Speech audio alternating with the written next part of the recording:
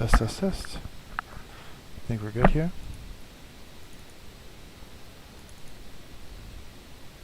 Just want to make sure. Test, test, test. Yep, okay. I think we're good here. Alright, so hope you guys are good. It's been a quick minute since I did any casts. I got a few more here. Yada yada, you know the drill. We're into August 2020 and I've got casts here from Six Path. I've got casts here from Spiffy. I've got casts from Nameless and probably a few from myself as well. What are these here? I don't know. We're going to run through them. So from top to bottom, let's go. Starting with Six Path, he's got Wiz, Kalita, and Mama's Boy. Alright, so Six Path paying Tomb Kings here. He's got W Shopty Great Bow and a Bone Giant. It's definitely a very strong way to play Tomb King. I'm seeing a Nehakara Priest, I believe, and then also a Tomb... No, it's not a Tomb Prince. That's Necrotect. Then you've got Kalita there as well. Kalita's one of the stronger anti-large options, and she can also buff the shooting. So if you are going to go with a heavy shoot build, she's a nice choice to take.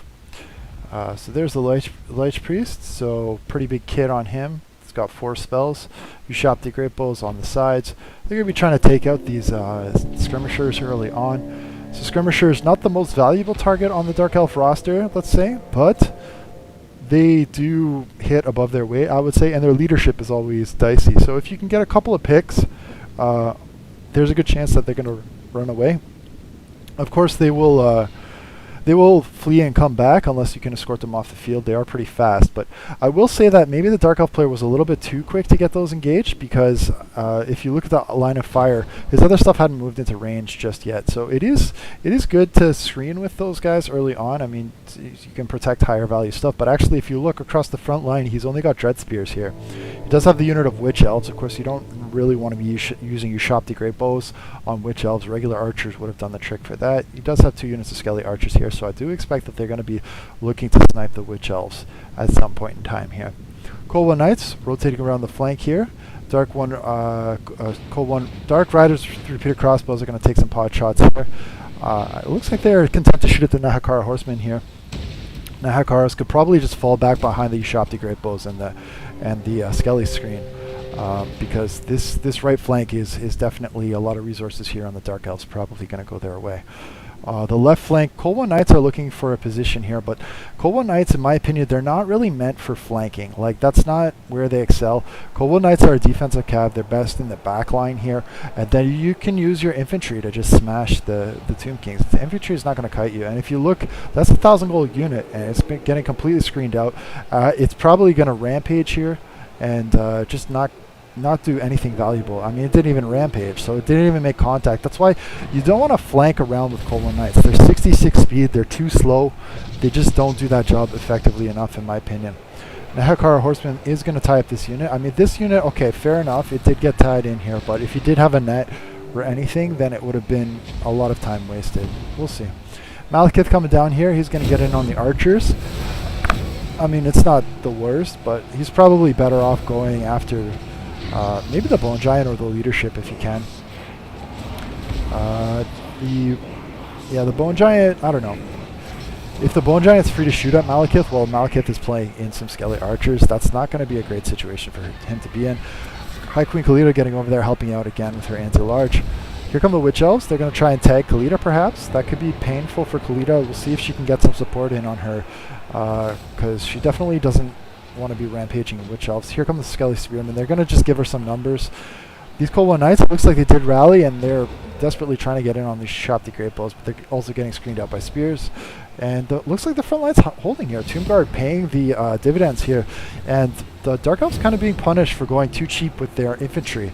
The Tomb Guard, I mean, Dark Elves should decisively win the infantry engagement against Tomb Kings if they're being honest with what they bring. And yeah, the fact that 2 Tomb Guard are being able to just smash the Dark Elf infantry is pretty rough for the Dark Elves, I guess. Malekith continues to be smashed by this Bone Giant, so maybe like a Noble or something could have been really useful to get in here on this Bone Giant. Malekith is sort of like playing around 3, like right in the shooting pocket. I mean, you got the Skelly Archers, you shot the Great Bow, and the Bone Giant. Granted, he can heal, so it's not the worst. Here comes the heal here. He's going to tap High Queen Kalita. Hey Squiddy, what's going on, man? It's been a minute. Yeah, I haven't played too much. I'm relying a little bit on the community to give me some. I'm good, man. I've been playing Hunt Showdown and Dead by Daylight a lot.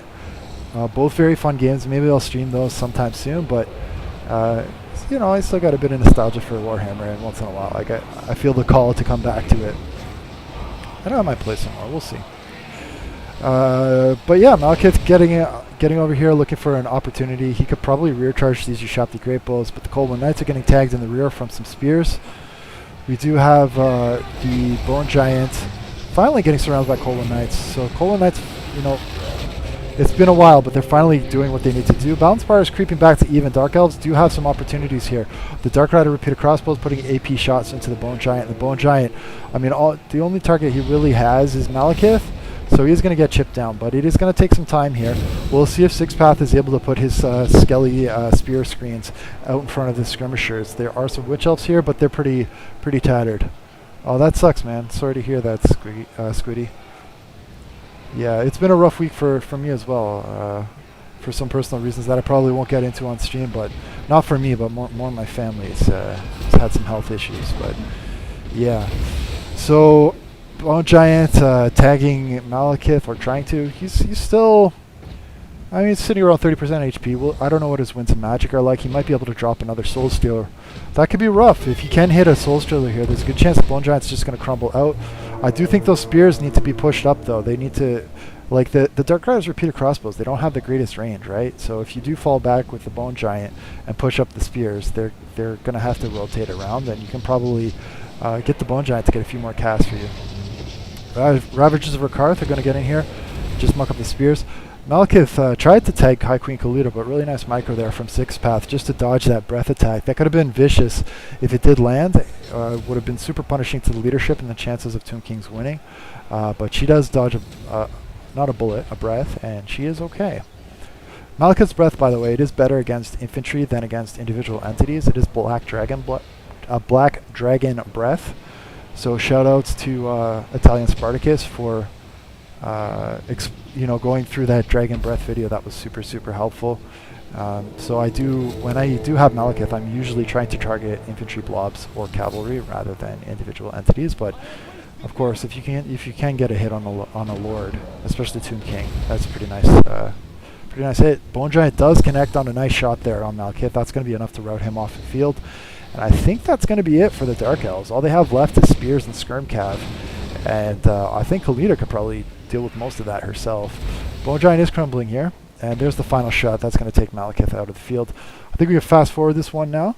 I will make it official if I can. Just take a look around the field. Doesn't look like there's anything left. So congrats to Six Path on that win. We're going to go on to the next one. Thanks, Squiddy, man. I appreciate it. Alright, we got Skaven versus Skaven.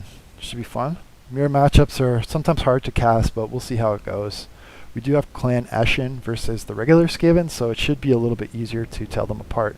Eshin's gone with a full sort of stealthy build. Really thematic there to the max. And then Six Path is rocking good old-fashioned Tretch, so a bit off meta there, but Tretch can hold his own. He's not a bad lord by any means. He's just not meta like a Skrulk or a Snitch or something like that. You know, he's kind of fallen off, but you can catch people off guard if they come expecting a certain type of thing. Deathmaster Snitch definitely is meta. Plague Priest as well to go along with Deathmaster is a pretty good call as well, because that gives you some mass. So if Snitch gets stuck for whatever reason, you slam the Plague Priest in there, and it can break him free. So granted, the Plague Priest is a big target. That might be a priority target for any shooting if they are not able to find Snitch here. So keep in mind, Death Runners are hidden here. So at the moment, it looks like Six Path is going to be content with shooting at the skirmishers. He's going to push out these Skaven Slave Spears. Honestly, these skirmishers are not bad. Night Runners could fight and kill Skaven Slaves not too badly. If they were to split up and kind of go on either side, then the Skaven Slave is going to show his rear to one and then just get the other one to charge in there. They're going to break almost immediately. Night Runners do have decent combat stats. Death Runners are going to push out, chase this other unit of Night Runners here, but it's going to be rough in there. Rat Ogre's pushing here. They do tag these Night Runners. We've got a Clan Rat summon that's going to give some bodies around the rat ogres, and we'll see how it goes. So it looks like both sides have opted to go with a Plague Priest on the Mortar Ascension. I don't know if that's made a comeback in the meta there. I haven't followed it super closely, but it's not uncommon to see the Skaven bring either the Plague Priest on a Plague Furnace or the Hell Pit, so that they have a little bit of mass as far as individual entities go. Looks like these rat ogres are going to get tagged in the back here by the Death Runner. Second unit of rat ogres is going to try and advance them with the Eshin Sorcerer and Tretch Craventail. Interesting, Sixth Path is pulling from 2 Lords of Magic here. I think he's got the Plague Priest with the Clan Rat Summon, and he's also got the Eshin Sorcerer. He's gonna, yeah, he does have the Eshin Sorcerer. Yeah, so 2 Lords over there, and do we see the same from the Eshin? No, he's got the Plague Priest and Snitch, but that's about it. So over here, the Plague Priest is trying to, I guess, get away from Snitch. He does drop a breath attack there, but I think it hit the Clan Rat Summons. I don't know how much it did to the Plague Monks, maybe some. But yeah, with the damage from the Avalanche Mortars in the back here, is it shooting this unit? I don't know. Somehow he was able to break off the Plague Monks. I'm not really sure, but yeah, Snitch finally gets in on these on the Plague Priest. That's gonna be rough, but yeah, the Avalanche Mortar is definitely doing work on the skirmishers there. One volley just took out about 20% of their HP. Rattling Gunners shooting up the, what are they called? The chariots over here. The Doomflayers, thank you. You can tell it's been a while since I played. And now they're going to work on the Plague Priest, which is probably a preferred target. That's going to help Sixth Path for sure. Meanwhile, Snitch is sneaking up here. He's going to try and take the other Plague Priest. I do think he's going to get it in on them. But Sixth Path has been able to defend his backline, which is a little bit surprising in a sense, because he's going up against Eshin, which is like supposed to specialize in all of this like backline stealth harass stuff. So I think maybe too specialized on Eshin. On the Eshin team, he probably needed some chaff to just lock up the front line so that the specialty units could get in on the rear. And there hasn't really been any rear pressure so far in this game from what I've seen. But Snitch is handling the Plague Priest. Plague Priest has got a speed of 42. Snitch has got a speed of 66. Apparently 47 right now, because it got debuffed from the Rattling Gunners, but still enough to keep the pressure on the Plague Priest. But of course he is taking a lot of damage from these Rattling Gunners, and now the Giselles as well, and that's a risky if you're Snitch. Fortunately for Mr. Eshin, the Doomflayers do come up in the nick of time and shut down the shooting. So no more volleys going into Mr. Snitch, and they are a little bit clumped up here, so those Doomflayers were able to mark up 2 units at the same time. But counter charges coming from the Rat Ogres, from the Triads, and now from the Plague Priest. I think Deathmaster Snitch is just in over his head. He's sort of run out of rats to command around here. And I think this is going to be it. I'm going to fast forward a little bit here. One big volley from these guys. These guys were huge this game. 150 kills, 160 kills, absolute MVPs. I sort of lost track of what happened to Tretch. Oh, there he is. Oh, he's going after Snitch. Look at that. Not even afraid. What a great duel at the end here. I gotta watch this. Tretch versus Snitch. Snitch is going to finish off the Plague Priest. Can he finish Tretch? I don't think so. Tretch holds his own. Nice stuff. So yeah, Village. I mean, that was cool. Thematic build, I guess, but a little bit too much stealth. And I think if you are going to do a full stealth build like that, I mean, you might want to put at least some stuff in the rear so that you can get the Vanguard in there and shut down maybe the Avalanche Mortars. Cool stuff. Neat to see 2 Lords of Magic getting used there. Alright, we're on to another game here. It's with Sixth Path and Smoke, who I'm not familiar with Smoke or Captain Favela or Risco, so we'll check this out. By the way, Spiffy, did you ever, yeah, I know what you're saying, Tanker. It feels like it's been a while. It's like nostalgia mode now. We'll see what happens when the Wood Elf stuff drops, if it's gonna pull people back, but I don't know. I think, I don't know, I guess there's still a pretty loyal Warhammer community, but I do feel like we're getting towards the tail end of its life cycle, but we'll see. You know, maybe when Warhammer 3 comes out, I think that's going to get people more excited than maybe a DLC, but hey. Alright, early shots going in here with the cannons. I forget who's playing what. So I'm going to cast it as someone who is completely blind here. So we got cannons in the back. We've got coilers, Dwarf warriors on the side, some miners, and yeah, pretty standard dwarf build. Master engineer is a bit different, and a runesmith is cool. He's got the standard stuff, and Ungrim for the anti-large, I guess. Ungrim is certainly a good choice if you're going against lizards, because you're expecting to see at least 1 or 2 big dinos. Cannon's also a very solid choice. I'm not sure about the Quarrelers against the Lizardmen, because, I mean, Quarrelers, I don't know, are you going to use their ammo to shoot skinks? There's a lot of skinks. They're not going to have enough AP to get through Saurus or through the large. So I don't know if they really have a role in this matchup. We got other dwarfs over here. I don't want to forget about them. Cannons over here. They're shooting at other dwarfs. So we just have an artillery duel over here.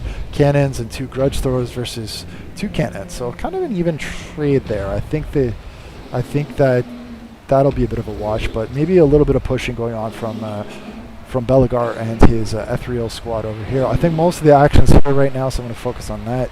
Feral Carnosaur pushing up the middle. You do want to be careful with putting your large in the middle of a shooting pocket. That's a good way to lose your large pretty quickly. We got Feral Stegodon over here smashing, I don't know, Dwarf Warriors. It's a good spot. I like the Feral Stegodon pick. I think it's an underused tool on the Lizardman roster. It's only 600, 650 gold. It's not like super expensive, so it's somewhat disposable. The Feral Carnosaur, on the other hand, I don't know why you'd bring a Feral Carnosaur against Dwarf at all. I mean, yeah, it causes terror, but you got cheaper other stuff that causes terror, and you don't need the anti-large at all. I mean, that's just something to get chopped up by Ungrim, and that's exactly what's going to happen here. And if you were going to bring it at all, I mean, I think you got to use it on the flanks and just kind of cycle charge stuff until late game, because, yeah, I mean, that I could tell right away as soon as it went into that shooting pocket, it was just asking to be shot. So you got it's an organ gun. I thought it was a regular cannon, and the organ gun is actually in range, but surprisingly, it's now shooting at Grombrindle. Yeah, I guess it was out of range of the other artillery, so probably it is going to get chipped down until it's dead. Hey, what's up, Metal Brigade? It's good to see you, man. So yeah, so I mean, I guess the artillery was kind of out of range of the other artillery, so they're going to just tee up and try and snipe the Lord, which would be pretty impressive if they're actually able to do that. Oh, I thought this was Belagar, but it's just a regular Rune Lord. He's going up against Grombrindle. He's not gonna come out on top there, but he's got the Stonebeard Ethereal guy, and the Ethereal guy is going to do well. Actually, I really like the pick of the Ethereal Lord against dwarves, because usually dwarves don't bring too much magic damage. Of course, they have the Peak Gate Guard, but I mean, generally speaking, yeah, I remember Scroll / Metal Brigade. It's the same. I know who my regular friends and viewers are.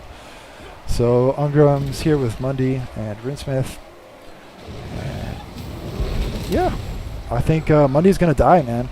So this is a really, really bad engagement, I think, for the Lizardmen.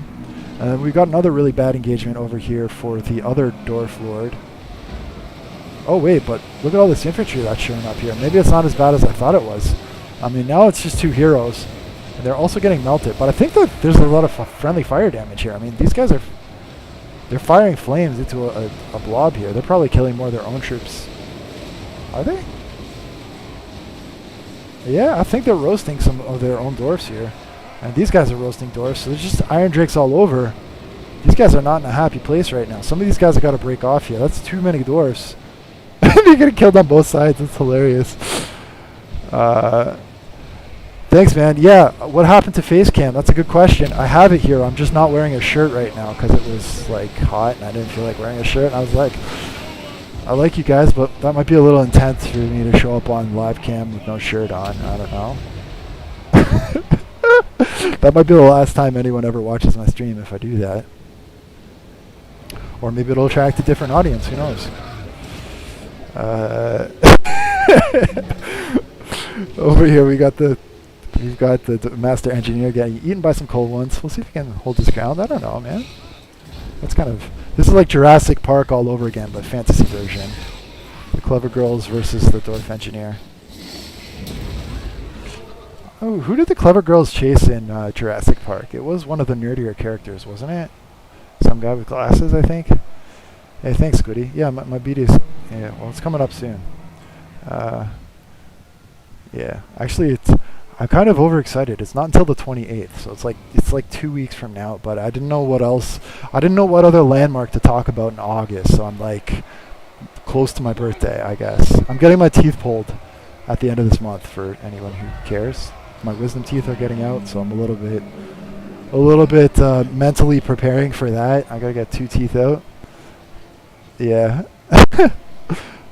Oh, was it? Oh, okay, maybe. All I remember from Jurassic Park, some guy got like eaten in the toilet or something, or maybe they didn't actually get eaten, but they were in the toilet and then the outhouse got ripped off. I kind of remember that. Oh, that's true. Troy was free. Have you guys played Troy, by the way? I got it. I downloaded it for free, and I haven't even played it yet. But maybe one day I'll get around to it. But is it fun? Have you tried it, Squiddy? And did you get Warhammer finally, Squiddy? I don't know. Anyway, we got a close fight going on here. How's Mundy doing? I'm guessing Mundy's dead. Yeah, he's dead. But Ungrim's in tough here. He's kind of getting mobbed. There's a Pharaoh Stegodon over here. He's kind of out of troops. He's got the 1 unit of Quarrelers in the back. Oh no, I completely lied. He's got tons of troops over here. These guys are A-okay. These guys have been getting roasted for a long time by the Iron Drakes. 274 kills on the Iron Drakes. Oh my goodness. So yeah, Iron Drake's not a bad choice against Dwarfs, surprisingly. Usually you'd think to bring them maybe against Undead. But Dwarfs are slow, and they're having problems catching these Iron Drakes. And man, did they ever pay for themselves? Oh my goodness. I'm guessing this is Six Path bringing the Iron Drakes because I know he likes them. Can they snipe stuff too? We're finding out. Yeah, it looks like they're doing okay here. They're getting a couple of puffs in on the runesmith here, who's fighting Stonebeard. I think Stonebeard's paid for himself already. I think he killed I don't know, one of the lords. No, maybe not. Oh, maybe not. Grombrindle's still going strong. People's champ, Grombrindle, best Dwarf Lord, hands down. Yeah, school is starting soon, but that school is conditional because if you're on the southern hemisphere, I think the school year is like twisted around. And then with COVID, like some people are going back to school, some people aren't going back to school. It's kind of confusing. But oh yeah, you almost done? Yeah, see, that's what I'm saying. Like Squiddy's in Australia, if I remember correctly, or New Zealand. He's down south, anyways, down under. So yeah. I think their school year is different.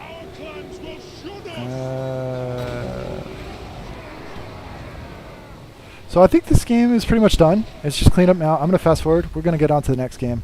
Hope you enjoyed this one. Dwarf games tend to be slow, but this one was full of action. The lizards are still up. They've got a little pocket here, but I don't think they can contest. We'll see. I don't know. Grombrindle's going strong.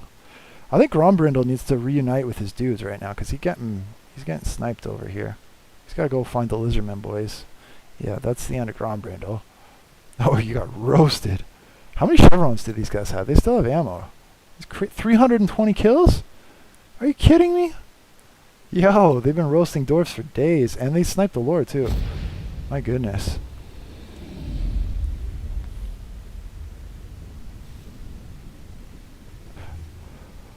No, Spiffy and Squiddy are two different guys. Squiddy is New Zealand. Spiffy is he's in like Texas. Anyway, and Spiffy is also known as Albrecht de Borderlo. So yeah, that was cool. That was cool. Well played to these guys. That was a hell of a scrap. I get why Six Pass sent me this replay, man. Iron Drake's 320 kills is absolutely insane. Those are dwarves. Those are not like zombies or anything. Those are armored dwarves that they melted. That is crazy. And they weren't even like an ROR or anything. That's just your regular Iron Drakes just putting in the work. That is big, bad stuff. Alright, so we got Vampire Coast here. Up against the followers of Nagash. Alright, Archon the Black, Nahakar Priest, and just Tomb Guard again. We're seeing the Tomb Guard becoming a staple of the the Tomb King roster. So this is different. Usually you see like a whole bunch of spears and then shooting. So people are mixing it up a bit with the Tomb Kings, which is cool. I'm happy to see that. Vampire Coast not mixing it up whatsoever. Going with the tried, tested, and true. Carronades, mortars, defensive box. Honestly, I don't think defensive box is the best way to play Vampire Coast. But of course, if you're right on the edge of the map like this person is, clearly corner camping, it makes it very difficult to flank because there's no sort of safe range outside of the guns. Of course, if you put all of your artillery in the same spot, you're disadvantaging yourself. Ditto with the guns. If you put all in the same spot, I think. Well, we'll see. We'll see. Let's let the game be the proof of the pudding here. Luther Harkin going to drop a cast on the Hex Race. They're going to easily dodge that. So the thing about the Death Shriek Terrorgeist, it does have magic damage with that shriek. So it can be okay against ethereal units. I think it's one of the few like sort of dragon type of things. It's not a dragon. I know it's a Terrorgeist, but that does have magic damage. So it was a cool play there, but not panning out for him. Carrion getting tangled up with some Fellbats here, and that's an interesting fight. But it looks like the Fellbats are coming up on top. Part of that could be because of Luther Harkin firing in on the Carrion. Don't forget, if you are being shot, that is a -5, I believe, to leadership. And Carrion, they're only sitting at around 30 or 40 leadership anyways. Not the best. So, have I done? No, from the campaign. I've got it somewhere. I will do it for you at the end of the stream. I always try and prioritize the multiplayer. I'll look for it at the end of the stream. I promise, Metal. We'll get it up there. Can you drop it in the general chat though, just so I have a quick access if you have it, and then there won't be a lag. I'm gonna fast forward this a little bit. We're gonna get moving up in on the action here. From your so for the co-op campaign, were you guys both playing Bretonnia, or you played Dwarf and he played Bretonnia?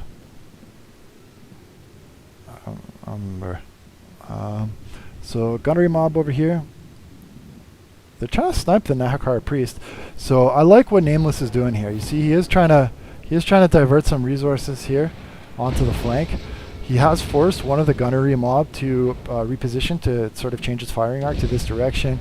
So a little show and go, like not fully committing, waiting for the other stuff to push up. But you've got 3 units of Tomb Guard, and he's got Crypt Ghouls, and Crypt Ghouls and Tomb Guard should do very, very well against the Vampire Coast front line. So what I think the Vampire Coast needed to do, they needed some interrupts. They needed to buy some time so that not everything arrived at the front line all at the same time. If it does arrive at the same time, it gets a little bit harder for Vampire Coast. What you want is to kind of fight things piecemeal and then use your guns to focus fire.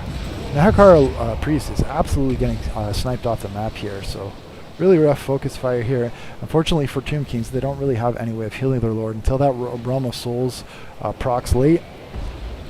But yeah, here comes the cavalry, as they say. So the Direwolves getting into the gunnery mob, rear charge from the Hex Race, not getting too greedy. A lot of people, they go straight for the artillery, but Nameless is content with the rear charge here, and I think that's the right play, because if you look at how tight it is here, if he did send a Hex Race straight away into the artillery, he'd probably get balled up and shot or trapped. And just doing, I think being patient here, getting the rear charge, forced to crumble, is a good play. So we're gonna see him pushing up Tomb Guard. He does have a couple units here that could probably be scooting around and continuing to pressure, but more charges here from the Hex Race. They do have fire damage, so I don't know how useful that's going to be against these guys, but I guess they're good enough to kill, just trash tier coast stuff. And man, are they ever effective here. So what I'm not seeing from vampires is summons yet. Maybe they went down here, I'm assuming. Yeah, this guy does have summons, so he's maybe waiting a little too long to pop those summons. He could have dropped the summon up in front, like before the front lines hit. That would have been a nice play, I think. But okay, you were Vamps and he was Brett's. Oh, you played vampires? That's cool. Yeah, so artillery is starting to go down. So balance bar is still very much in favor of the vampire, not counts, coast. Arkin running like hell from these Fellbats. This Luther's got to dive Arkin, man. He's got to He's got to try and get that leadership off the field. He's kind of flying around, not doing a whole lot right now. He's not shooting Arkin. He's not meleeing Arkin. And I don't really know what he's doing, but that's 3k plus. That's just standing up in the air. So Balance Bar is still in favor of Coast, but like you look at their front line, there's got nothing left. What do they have? 3 pole arms. They're losing their artillery. The artillery's got no range to shoot. They got the fleet captain, granted, but he's not going to be helpful if the halberds go down. And Crypt Ghouls and Tomb Guard are going to match up very, very well against the pole arms. Arkin running for his life from Luther. Arkin and Harkin. My God, that rhymes or sounds the same. Whatever. But yeah, Harkin getting in there. Finally, I think he's on the target that he needs to be on. Nameless is going to force path, though. It's hard not to notice a giant Terrorgeist on you. And if you don't have something to sort of like snare Arkin in place, I mean, you might get in a charge here or there, but there's going to be a lot of scooting around and countercharging, and it's going to take a lot of time. So honestly, if you don't have a snare, maybe your best bet is just stay in the air and just use that pistol that he has. And the pistol, it also, I don't remember exactly, but it does something against spellcasters, I think. He's got some shenanigans against spellcasters. Let's see. Magical Void. What's his pistol thing? I thought it does something. Oh, here it is. There we go. Yeah, plus 50% miscast chance. So Arkin does have magic. So why not shoot him? I don't know. Frontline getting overrun. I don't know how Balance Bar is still in favor of Vampire Coast. I'm going to fast forward a bit because I think it's just a question of kind of grinding down this infantry. Arkin going to work here now. He's being the absolute Chad this match. Getting chased by the Vampire Fleet Captain. But yeah, artillery crumbling out. Now it's the infantry. So I think the Hex Ray's got to be really careful. They got to be used to snare Harkin in the infantry if they can. We'll see how many more summons the Vampire Fleet Captain's got left. Oof, Arkin is so low here. Yeah, the Hex Rays are doing work, but I think the Hex Rays, they don't need to fight Arkin way over there. They just got to regroup around the infantry, wait for the infantry to kill, and then when Harkin lands, they got to pin him in the infantry every time. We'll see. So these guys can mob out this Vampire Fleet Captain, probably kill him, and then it's going to be a point where I think he's going to have to land. Balance Bar is so heavily in favor of Vampire Coast. It's crazy, but that's the effect of individual entities, but this guy is in no man's land. He probably has the speed to kite this if the Hex Rays die, and then Harkin could probably cycle charge. In a tournament, you can't kite with individual entities, but yeah, it looks like he's going to get pinned in here by the Hex Rays, or maybe he's just going to... Oh man, this is a grind to the finish. Arkin is here, just using that little bit of leadership to the encourage effect to keep his boys fighting. And they are, look at them, all of them wavering, crumbling. Is it going to be enough? I don't know, it's creeping back to even. Harkin is fully surrounded, probably suffering some exhaustion effects or whatever else right now. Fully surrounded, no longer has his buddy nearby. And the bony boys doing work. I mean, he could probably cycle charge if this wasn't a tourney, but he's going to stick it out to the end and probably die. Man, he could have... So here's the thing, like if he was not playing... if he was playing super tryhard, he probably could have flown up in the air, taken a couple pod shots, finished Arkin, removed the encourage effect, and then cycle charged the infantry. They would have just crumbled to the ground. But yeah. Alright, peace, Squiddy. Take it easy, man. Tomb Guard, great choice. I like it. And it was... against this particular build, it was the perfect counter, I think. But still, it was dicey, man. It was dicey. Luther was an issue. I don't think Nameless really had any anti-air shooting to counter that, so I think both armies, in a way, sort of counterpicked each other. All right, we got a couple games here from Six Path. What's this one? Six Path playing the Dark Elves, going up against the Golden Order, or I don't know. There's Empire Lizardman and Golden Order, so we'll see which side Six Path is on.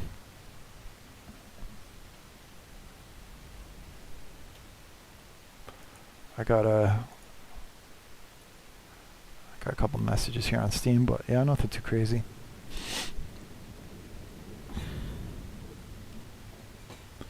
Got a little sip of coffee. Good, just enough to save my throat from utter destruction. Alright, so Witch Elves, we got a Sorceress, Couple cav. It's Supreme Sorceress of Beasts with the transformation of Kadon and a pretty good kit. Death Hags, I mean, they're solid. Death Hags are not bad. They do their job. Hellblaster Volley Gun, Hammer of the Witches, and a Great Kin. Excuse me. I do think Death Hags, you know, we always criticize like units being imbalanced. I think Death Hags, their price point is exactly what it should be. So that's cool. Marcus Wolfhart, he could snipe the Death Hags. That would be a pretty good. I think he has anti-large as well. Yeah, he does. So maybe he wants to use it on large targets instead. But hey, I'm sure he could snipe a Death Hag, no problem.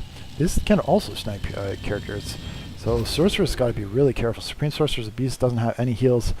I mean, it's not bad to kill a Scourge Runner. They are kind of individual entities. Of course, I would prioritize Lords and Heroes with the Luminarch. Absolutely. You got Huntsman General over here. That Supreme Sorceress would be a fantastic target for the Luminarch. So it looks like Six Paths is going to pull her back, hide her in the woods for a little bit. Huntsman General pushing up to scout a little bit. This would be a neat fight. Huntsman General versus Marcus Wolfhart. I think the Huntsman General is maybe like, I don't know how we trade versus Marcus Wolfhart. I'm guessing the legendary Lord Marcus Wolfhart would come out on top, but I think like cost effectively, it's probably good to be the other dude, the Huntsman General, because you probably don't need the net in a straight up like duel between the two of them, like a missile duel. Crockguard going way over his head here. He's going to get fully snared by the Coldman Knights. I know Crockguard's a big dude and he's got anti-large and everything, but that's a nice pickup by Six Path. It should be very cost effective. Supreme Sorcerer's got to be careful though. These guys are not shooting at the red target at all. I think they're shooting at the summoned Pharaoh Manticore. They could have been hitting the Supreme Sorcerer's Beast. Six Path going to rotate the spears up in here, so that is an amazing pickup for Six Path. Two very, very big micro mistakes here from the Lizard. One is diving Crockguard in the back line. Two is allowing his Unbreakable Tide to get caught. And three is the Pharaoh Manticore. So actually every single engagement here by Six Path is the right engagement from the Dark Elf point of view. He's basically, you don't want to lead with your special units, right? Like you look at Lizardmen, all of their infantry is back here, and then all of their specialty units are out in front and getting smashed. So you want to lead with your front line. Trust your front line to take the hit.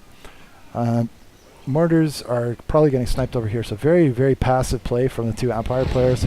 Meanwhile, it's a dust up over here with the Dark Elves and the Lizard. And Six Path actually absolutely going to town on the Lizards, but there's a lot of Saurus here, which should grind very cost effectively with at least the front line that I'm seeing from Six Path. A lot of Six Path's front line has been left behind, so he is a little bit outnumbered here. We're going to see some big Vortex spells coming down here, punishing the blobbing on the Lizardmen, I would expect.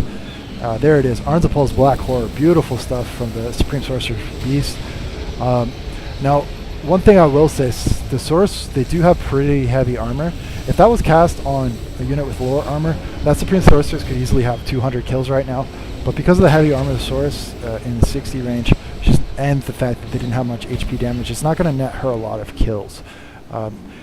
Now, there are ways you can get more value out of Arns of Paul's Black Horror. If you bring a spell that, like Withering, I believe it is, that strips armor, and then you cast Arns of Paul's Black Horror, you're going to get a lot of value. Granted, he does have a Sorceress of Beast, so there's no armor stripping on a Sorceress of Beast, but if he had Shadows, for example, that could have probably gotten him a little bit more. So Burning Heads coming down here on the Dark Elves. Looks like Empire's trying to help out his beleaguered Lizardman buddy. And yeah, we got a staring competition between this Empire and the other guy. The cannons are leading up front, so clearly this guy is a newer player. This guy is maybe like a newer to intermediate player. And this guy is definitely a new player. And Six Path is sort of having his way with him, but now he's almost fighting a second army over here. So it is like, I think he actually named this game file 2v1, and I sort of see why. Huntsman General over here has been sniped. He is gone. So let's see, can Six Path pull it out? He gets a beautiful rear charge in here, breaks off all of the Lizardman infantry. So, I mean, we'll see how it goes here. Lumark is pushing it to range of the cannons, which it certainly would not want to do, but it's going to recognize the risk there, probably fall back. It can, of course, hide behind this rock if it so chooses. Cola Knights and Spears getting tangled up here a little bit. I think the Cold One Knights are going to try and get in on the Silver Bullets. We'll see how that goes. But this whole flank getting overrun. Yeah, I think the Luminarch is getting sniped again by the cannons. It's going to go down. Fire Wizard caught out here. Here comes Wolfart's Nets. This is risky for the Supreme Sorceress. She's probably going to have to fall back there. 1 or 2 volleys from handgunners could probably kill her. But Luminarch's off the field, and the Luminarch was the biggest threat to the Supreme Sorceress of Beasts. Of course, Wolfart is a threat as well. But yeah, she needs to just cool her jets right now, maybe get one more Manticore summon, and save her terror till the late game. But definitely the safest thing right now is just get out of range. But Empire Knight's getting mobbed in the woods, not where cavalry usually likes to fight because penalties are large. And cannons, I mean, you know, the Empire player has been sitting back, but he did snipe the Luminarch, which was a big thing.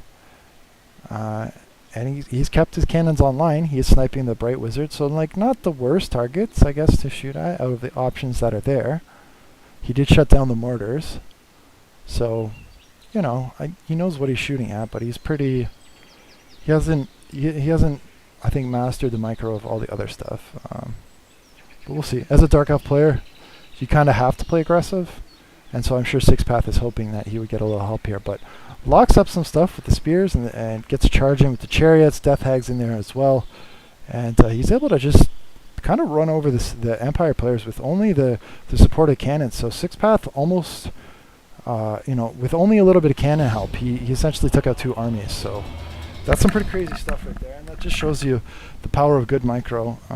If you're in the right place at the right time, going up against stuff that isn't in the right place at the right time, you can carry games, even with factions that don't have access to heals. So awesome.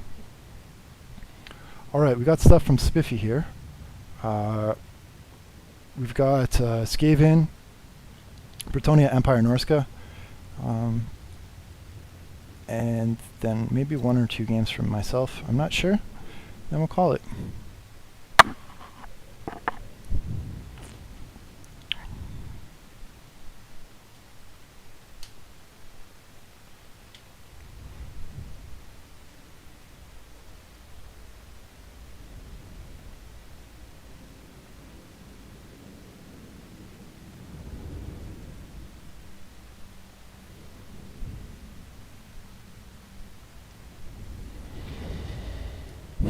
Alright.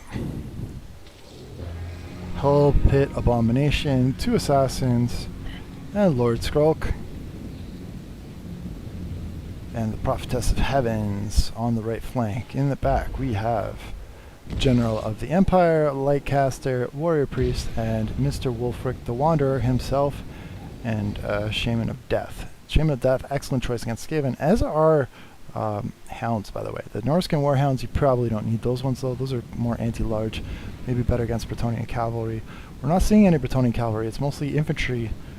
So, excuse me, it looks like Spiffy trying to work on an infantry build here. He does have the Prophetess of Heavens.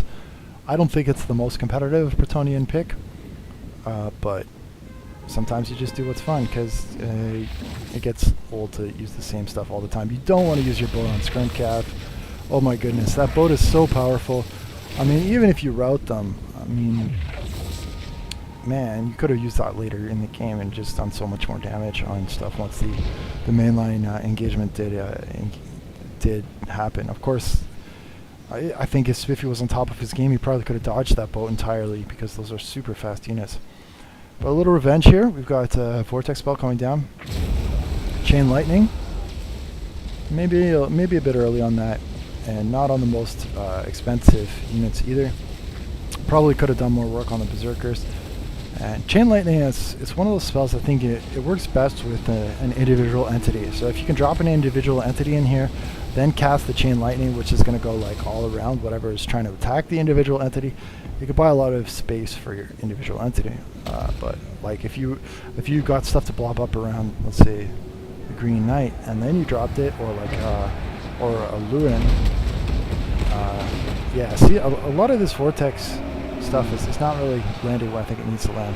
We'll forget again here on the Prophetess of Heavens, Meanwhile, the Green Knight's going crazy in the backline here. He's been able to break off some Skin Wolves who have terrible leadership, by the way, so that's cool. And he's actually onto a light caster in the back as well, so yeah, with the help of the Ixchis Trads, they have been able to pressure into the Skin Wolves and muck them up, but I think this front line is going to go very much in favor of Norska. We'll see. I mean, it's a numbers game, though. Bretonnia does have a lot of numbers, but these Berserkers, 3 units of Berserkers, man, you got to think that they're gonna be licking their chops against all of these Bretonnian infantry. Foot Squires do have some armor, so they can shrug a little bit of the damage, but their melee defense is so low that all of those shots are probably going to hit. Here's a boat. This one's a little better, I think. Nope, he mostly missed on that one as well. Yeah, just a little bit, but Bretonnian infantry getting pretty much fully surrounded, but it is fighting a lot here. It's got Empire and other things. Men-at-Arms pushing crossbowmen on the flanks. We've got Empire Knights trading shots, or getting shot by the Skirm Cav, and crossbowmen fleeing. So I think that Skirm Cav could probably be used to dive. They could go into melee and just tag these crossbows so that they can't kite the Men-at-Arms. At least one unit could. But I guess spreading them out to the Empire Knights is not the worst. The only thing is the Empire Knights, they've got that heavy armor, so they're going to shrug a lot of their shots. Hellpit Abomination, he's mucking it up with a whole bunch of stuff. And then we've got Mr. Skrulk in here as well.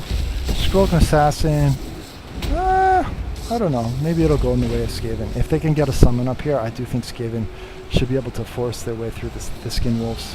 Yeah, with the 2 Assassins here as well. Surprised that the Hellpit is like close to breaking here. It's got the Encourage effect. What is that? It's just a General of the Empire. I guess it's not a complete slouch in combat. How's Wulfric doing over here? I don't know what happened to Mr. Wulfric. He's fighting the Green Knight? Oh, what a duel this is. Green Knight hot on his heels. Wulfric is known as the Slayer of Champions, but he can't heal HP. The Green Knight can, and I guess he doesn't want to take that fight. Green Knight is a pretty good duelist. And yeah, he's putting a lot of damage in on Wulfric. That is super rough. Wulfric had his back turned to him as well, so that was a rear charge bonus. So kind of everything going Green Knight's way. There is Action Triads here as well, which is helping. The Hellpit has broken off, but he should probably be able to heal. But uh-oh, this is trouble for no, trouble for the Skavens, I guess, because the Norskins have shown up. Plague Monk Summon shows up just in the nick of time. Should be able to dice a bunch of those spears. And Skrulk is kind of thrown to the wolves, literally. He's going to be used to intercept them and just bog them down to give his other stuff a bit of time to do some work. But I think things are falling apart here for Skaven. Bretonnia's got a lot of infantry, though. And the Marauder Berserkers, they balled up. I think Wulfric probably died to the Green Knight, I'm not sure. But he didn't kill the Prophetess. It'll be interesting. So you have a Green Knight with self-heals, you got Skin Wolves self-heals. I think this side is going in the favor... Oh, there's Wulfric. So this side's going in favor of Norska. The other side going in favor of Bretonnia, I think. Got the Shaman Sorcerer of Death, still pretty healthy. He's definitely a threat for... I'm assuming it has Spirit Leech. He does. Yeah, he's a threat for Skrulk. Hellpit's rallied. He's going to get in here on the Light Wizard. War Mammoth coming over here, using his mask to kind of smash... Oh my goodness. He just plowed Skrulk. He took away about 20% of HP. That's really rough. Hellpit Abomination's got to be used to brace Skrulk, basically, and use that mask so he doesn't get run over. Cav getting in on the Foot Squires. What a close fight. Green Knight's still hounding Wulfric, but that snare is going to prevent him from finishing the job. Norscan Warhound's getting in there. It's a close fight. Very well played to both players. I'm not seeing a lot of like huge micro mistakes, so these are solid players going at it. Hellpit Abomination going up against the War Mammoth here. Hellpit using that anti-large to trade cost effectively. Balance bar is in favor still of Norska and Empire, but Bretonnia's clawing back with the Skaven. They are holding their own. Maws of Savagery here. There's another rip of the boat. I think it's probably the last boat. It's gonna tag some Skaven slaves, but it doesn't even matter. Ooh! Chain lightning going down on a big blob fight. So they're maybe more effective. You see that time being used where you had individual entities. It's gonna cause the greatswords to fall back, break off the spears. Not able to tag the crossbowmen, but it's enough that it isolates the individual entities, and the assassins were able to kind of finish the job now. The question is, can they take out that general of the Empire? That would be absolutely clutch. I think these guys gotta not waste any time and get in on the general of the Empire. Let's see if they get there. This guy's taking a cat nap. Yeah, there he goes. In a 2v1, that could be game changing, because it would really change the leadership situation. Green Knight not wasting any time though. Hell Pit's there too. Oh, but the Hell Pit goes down. Skid Rolls tap him in the back. General of the Empire is fleeing, but I do think he'll flee to safety. Yeah, we'll see here, man. This is a hell of a scrap.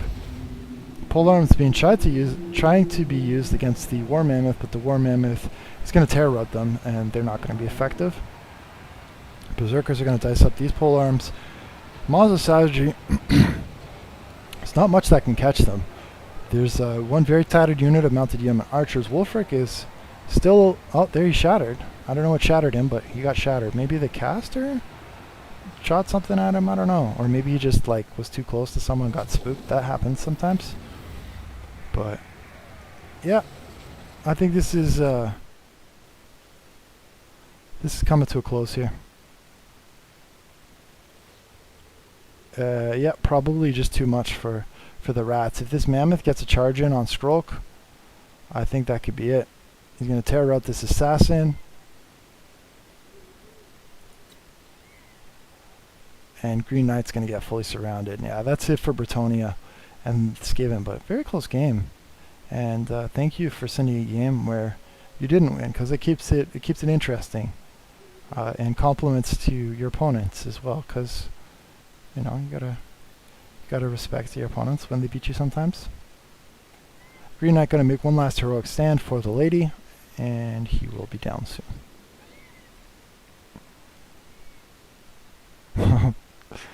I won't end it because I've seen crazier things happen, but no, I think it's done. Yeah, there it is. Green Knight might run to the woods, but I think he'll crumble out. He's fighting Skinwolves in the woods. He gets regen in the woods, but there's Spirit Leech too. One Spirit Leech, if it could get popped on him, that would finish it. Yeah, I think Spiffy's just gonna stop and fight it out. Of course, there's Warhounds there too. All right.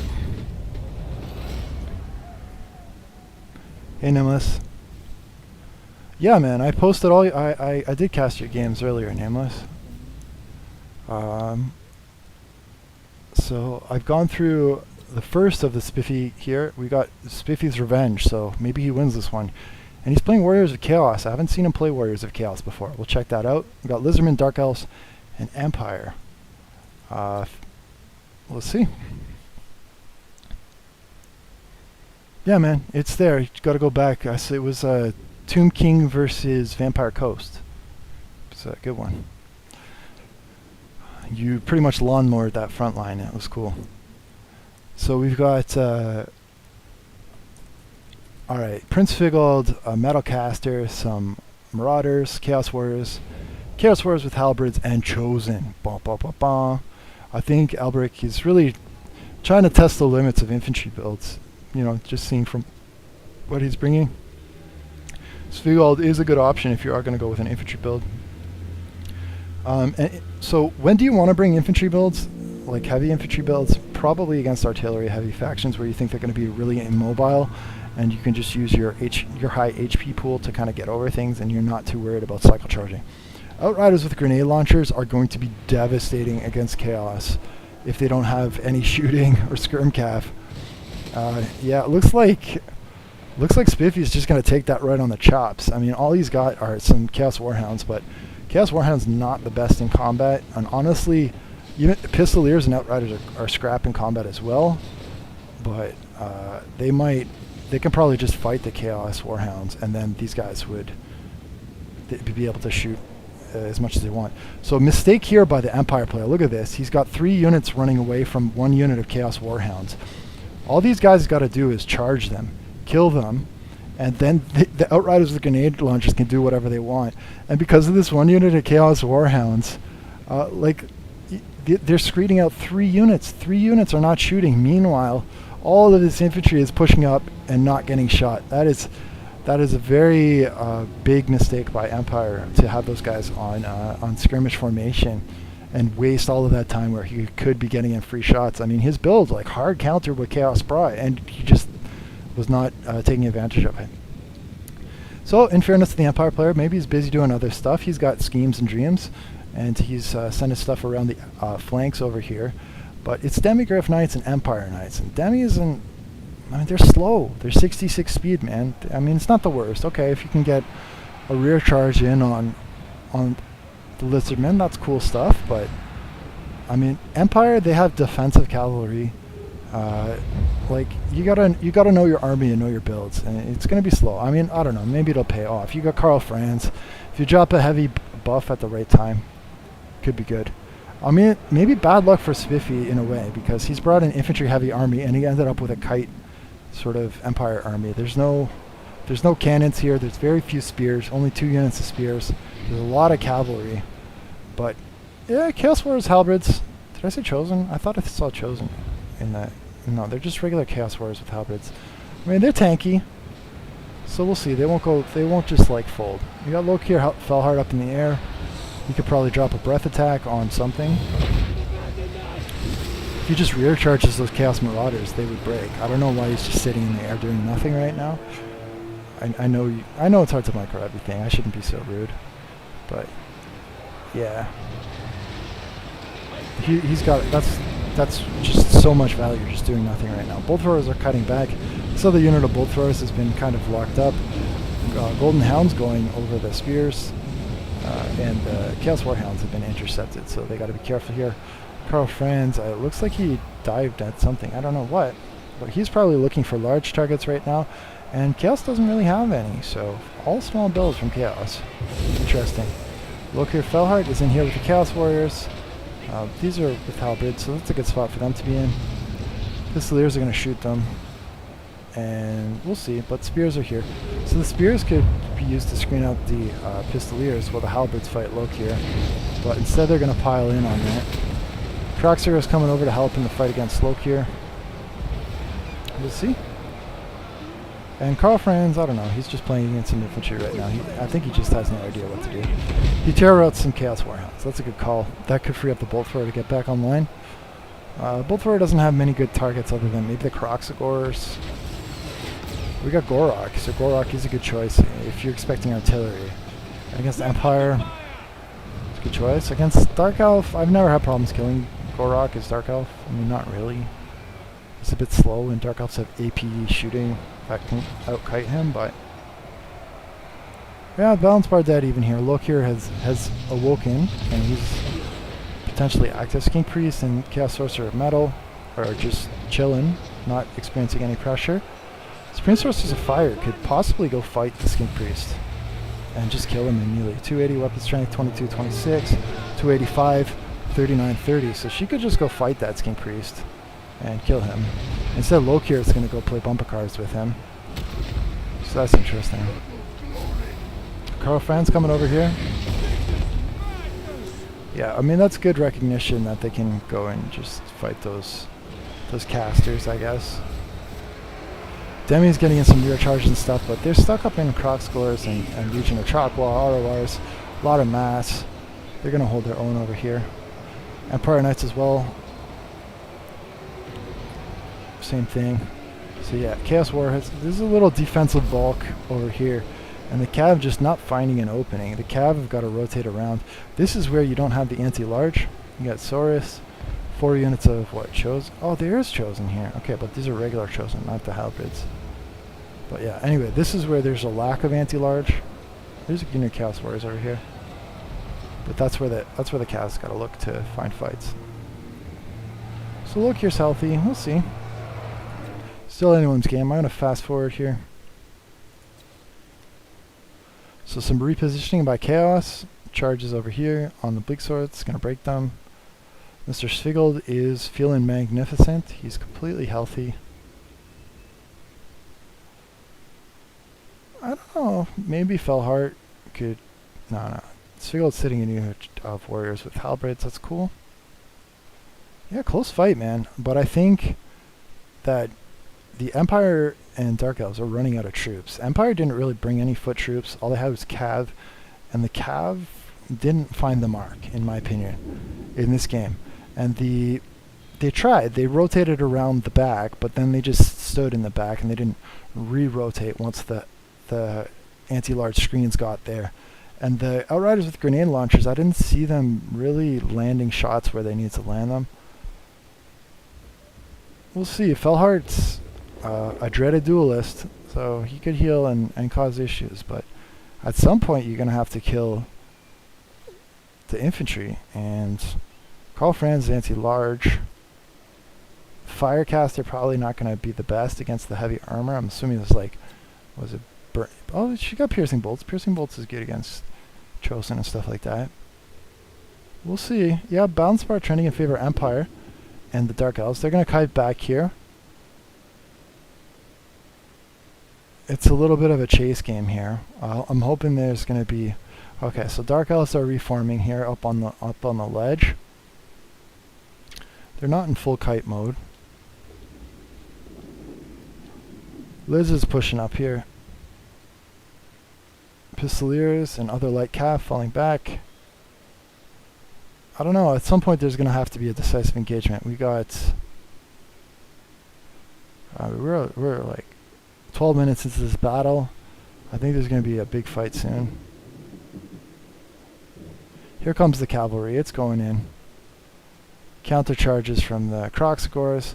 Karl Franz gets a rear charge on the Kroxigors and actually terrifies them, which is a big deal because that means that there's a lack of mass over here.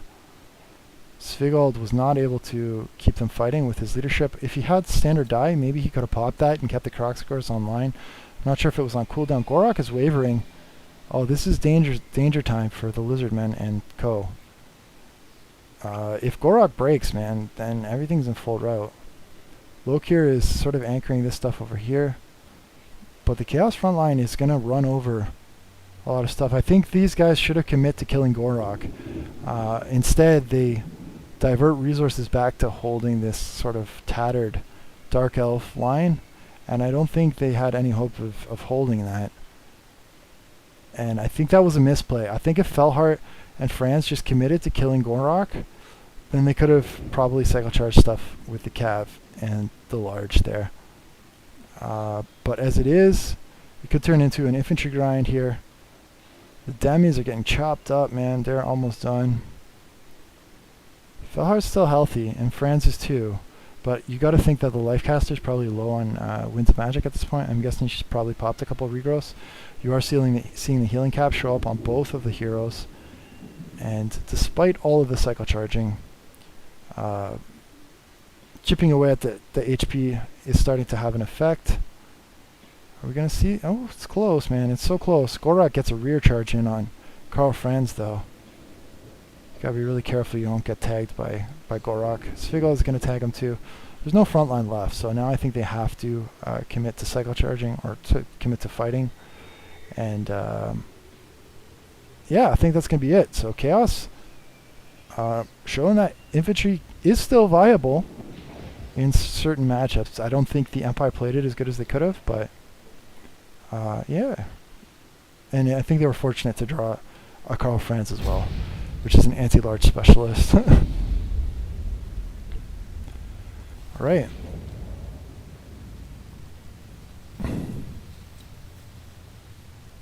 I've got 3 matches with myself here, I think. A couple 1v1s. I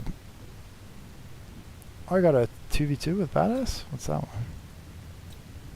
Oh yeah, I remember that one. Let's do this last one, and then I'm gonna call it a day after this. I'm getting tired.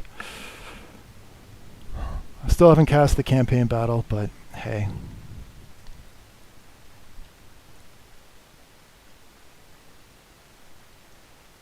I'm taking a quick look while this is loading.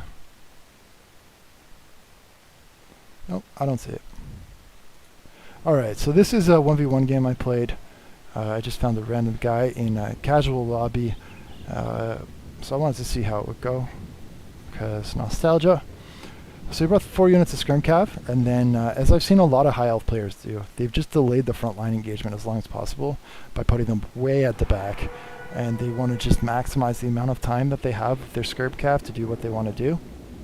And if you do bring like a whole bunch of spears and you put them on the edge of the map, it makes it very hard for cavalry and other things to kind of get in rear charges. So you pretty much, like, anything large is gonna not really have an option here, so you literally have to bring your infantry and all the way up across the entire map to get to that, which is a bit annoying, but Dark Elves can do that.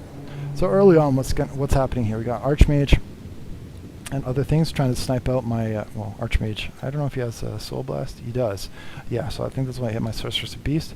Trying to snipe out my caster, and of course there are 2 Handmaidens of the Everqueen also trying to snipe her out. I think now they got screened out by the Dark Riders repeated crossbows. But yeah, I am trying to push my army up, but at the same time I'm trying to not lose like cohesion of my army. It's very easy to get like greedy and start chasing stuff off into the distance, but like as Dark Elves you have to be disciplined and you have to still keep your unit intact, because if your army intact, because if you chase off like into the distance, you're gonna open yourself up to rear charges, and you're not going to hit with enough force to actually kill the spears when you get there. I did bring 1 unit of Harganeth Executioners, which is kind of like my insurance policy against this like spear spam, let's say. So I was very happy that I brought them. The Dark Shards are kind of screening out these Illyrian Reavers, but the Illyrian Reavers actually have, I think, better range, 140 range to my 125. So they can actually outrange my Dark Shards, so I don't want to waste too much time with that. Of course, they can also just go in melee, so I need to keep them, the Dread Spears and the Dark Shards together, because if he throws these guys in melee, he can just charge these guys and take them out, which would be super sucky. Handmaidens of the Everqueen, maybe they're trying to snipe the Fair Manticore. I'm not sure. Sometimes when you click on stuff, it doesn't actually shoot at what you want to shoot at. But yeah, no, here it is shooting at the Pharaoh Manticore. So I'm actually going to push the Pharaoh Manticore to the front line instead of in the back line, so that the Handmaidens of the Everqueen get screened out by my back line, basically, and I can keep those guys safe. Felheart's going to rotate over here. Just in the middle of my army, I'm trying to keep him like as my anchor. And Beastcaster is here, pretty low on HP though. I do have to be careful with her. We'll see if he does try and snipe her out. So I've got spears screening these Illyrian Reaver archers, but my opponent's going to try and slip the spear screen, come around the side, and he probably will tag that. I do notice he is slipping me, and I'm going to rotate over here, try and tag that, but I don't know if I'm going to get there in time. Meanwhile, these Dark Riders repeater crossbows are going to try and just get 1 hard volley into this unit of Illyrian Reaver archers. Meanwhile, Felheart's going to tax the micro of my opponent by just chasing after Archmage. She has no chance of catching her, even with Foe Seeker, I don't think. Well, maybe with Foe Seeker, but mostly it's just something for my opponent to think about. But meanwhile, Illyrian Reaver archers, this is what I was worried about, that they would go into melee and risk my Dark Shards. They have done that. And then we've got Silver Helms up here. I'm going to be fighting them with the dual Pharaoh Manticores. I think the Pharaoh Manticore should come out on top here. So this is the thing. So my opponent's a little bit like he's microing all these specialty units, but he's forgotten about the basic guys. If you have the Silver Helms fighting with the spears, they're going to win against those Manticores. So like if you're playing against good players or like in a close competitive game, like the devil's in the details, the spears do matter in fights like that. So we do have a fight here between the Dark Riders repeater crossbows. I did charge into him with the Illyrian Reaver archers. Now, Illyrian Reaver archers, they do have better melee stats than the Dark Rider repeater crossbows, but I have numbers here. 2 units versus 1 unit. I'm going to take that fight. I'm also going to get in the tear from Loke here. They're going to break off, and suddenly not looking so grim in terms of the skirmish fight, but balance bar still heavily in favor of my opponent. I do have 1 unit of skirmishers, 2 units of skirmishers that I have to deal with versus my 3 units of skirmishers. So starting to get a bit of a mobility, I don't know if I want to say edge, because he's still super fast. He's got the Archmage, got both of these Handmaidens. But yeah, Manticore is going to get in a nice charge here. Felheart, I think he's going to catch one of them sleeping. I'm not sure. This Manticore is rampaging into Illyrian Reaver archers. Definitely don't want that, but I have no control over them now. They're their own people. Harganeth Executioners absolutely mulching Spearmen. I mean, that's what they're for. They're up to 59 kills.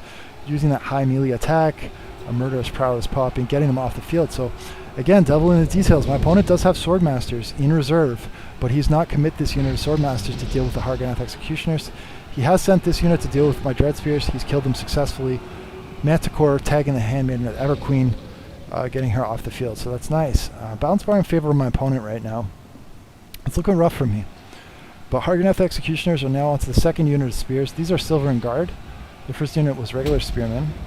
Again, Harganeth Executioners, you know, the old trusty bulwark, let's say, of the elite Dark Elf Infantry, causing the High Elves some problems here. So Swordmasters are going to get over here, but the Archmage is being screened by Lokir Felheart, which means I have all the space in the world to drop a fat breath attack, and that's exactly what I'm going to do. Erasing half a unit of Swordmasters off of one breath, following it up with a rear charge, and that leadership spike is going to be enough to get that full unit of Swordmasters off the field. Now there's like 1,200 gold, and that alone sort of shifted the balance of power back to a point where I had a chance to do something. So unable to dodge that breath attack there, Illyrian Reaver Archers going to get a charge in on my Dark Riders crossbows, break them off. Same things to these Dark Shards. They're going to get wrecked, but it's go time now. Mr. Felheart has gotten to a point where most of the shooting is off of the field or screened out. Pharaoh Manticore is chasing after the Handmaiden of the Everqueen, but yeah, I mean, he's going to go in here and duke it out with the Silver and Guard and the Swordmasters. He's going to rely on that heal to maybe help him out. The Archmage is going to try and tag the Pharaoh Manticore, and just before I can sort of get in that rear charge, which might have broke these guys, because their leadership was getting a little iffy. The Swordmasters don't have the greatest leadership in the world for their cost. But yeah, I'm going to have to bring Felheart over here, get in a charge. That Manticore is done, but I did get a nice charge onto the leadership here. My opponent doing a really nice play here by diving the Illyrian Reaver Archers in on Lokir Felheart, pinning him in the spears, just making it difficult for him to get out. There's some pretty nice damage going in here, but the spears, they do get terrified. And yeah, I don't know. There's a soul, whatever, from the Archmage, the Soul Blast. Probably she should have saved her wins for the Apotheosis on herself. I don't know. I don't know if the Soul Blast does enough against Lokir there. So I think it's 7 wins of magic, and Apotheosis is only 5. So rear charge coming in here from the Illyrian Reaver Archers. Again, just using the numbers and the rear charge to give me the edge in that skirmish fight. And all of a sudden, I have the mobility advantage in a way. I mean, the Handmaidens are gone. I've got the Flyers. I've got the Skirm Cav. So now it's, for the first time in the game, I really get to choose when and where we're fighting. So yeah, Lokir Felheart just absolutely smashing. He's gonna not want to get fully surrounded, and I do want to use some charge. I do have non-individual entities and non-skirm cav, so there's no reason for me to take this fight right over here. I can just pull out. I do have the mass, and I'm going to use that to my advantage. So I'm going to fast forward a little bit here. There's a bit of jockeying going on. So another Soul Blast comes from the Archmage. Again, that's a lot of wins. That could have been used for heals on her, I think. I'm going to try and get some pot shots in here with my Dark Riders. Whenever I can shoot into the backs of the Silvering Guard, I'm going to take that. Otherwise, I'm going to try and shoot the Lord. I am okay with shooting Skirm Cav as well, because that just secures that mobility advantage even more. So now he can't pin me in the spears anymore. So Lokir Felheart is free to do whatever he wants. Bounce bar still in favor of my opponents. Lokir chasing the Lord around the map like a lunatic. And I'm pretty much out of ammo. But again, like I said, I can choose the terms of engagement. I do have Dread Spears here. If this guy charges my Dread Spears, I can cycle charge, interrupt, prevent him from reaching. Like, he is trying to push towards the Dread Spears. But like I say, it's my battle now. I choose the term of engagement. And he's not going to be able to reach the Dread Spears. Meanwhile, I'm going to continue to attack him with all my Skirm Cav, my Lord, everything else. So that one charge there on the Archmage is gonna break her off, and at this point the balance bar is gonna go in my favor, and that's it. So I hope you enjoyed that matchup. That was a fun 1v1 I got to play. Well played to pull my finger. He was a very good opponent. And yeah, I hope you enjoyed. Take care, guys. See you around.